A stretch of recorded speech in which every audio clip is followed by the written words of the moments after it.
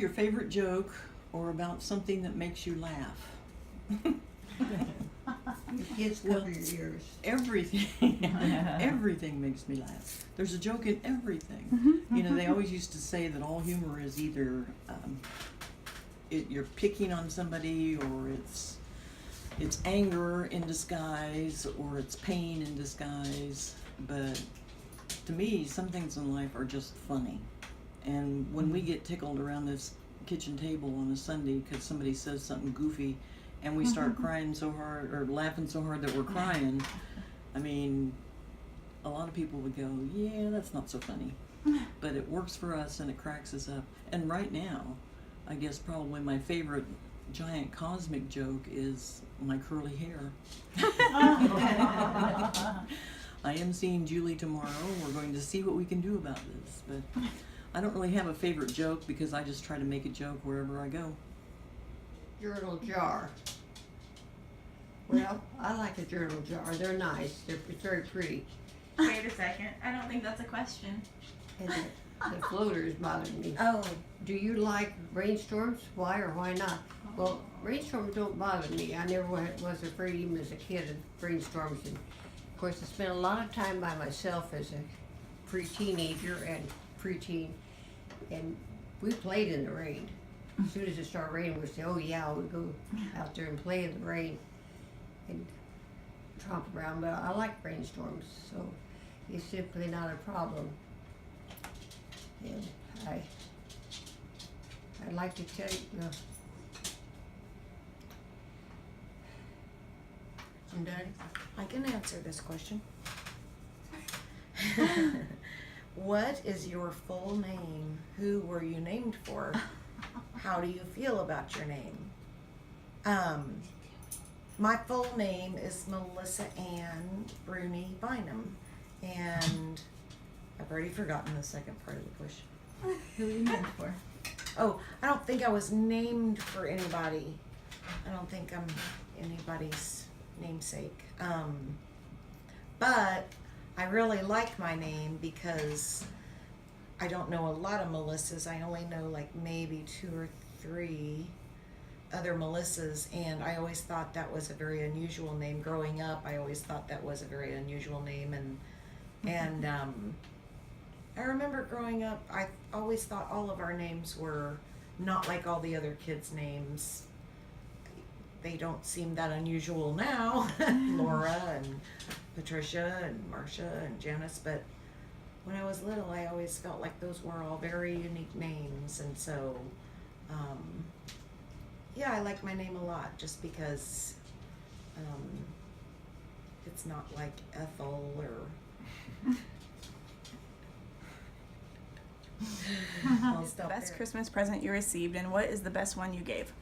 I've received a bunch of Christmas presents over the years, and a lot of them have to do with art and music, which are both fields of study that I really love. So I would say that probably those ones are the ones that I love the most because they're related to what I love a lot. So I can't really think of any one in particular that has been the best, but I also really love the year that Grandpa was able to come home for Christmas because it wasn't like a material object. It was a family member returning home from the hospital, so that was really an important year.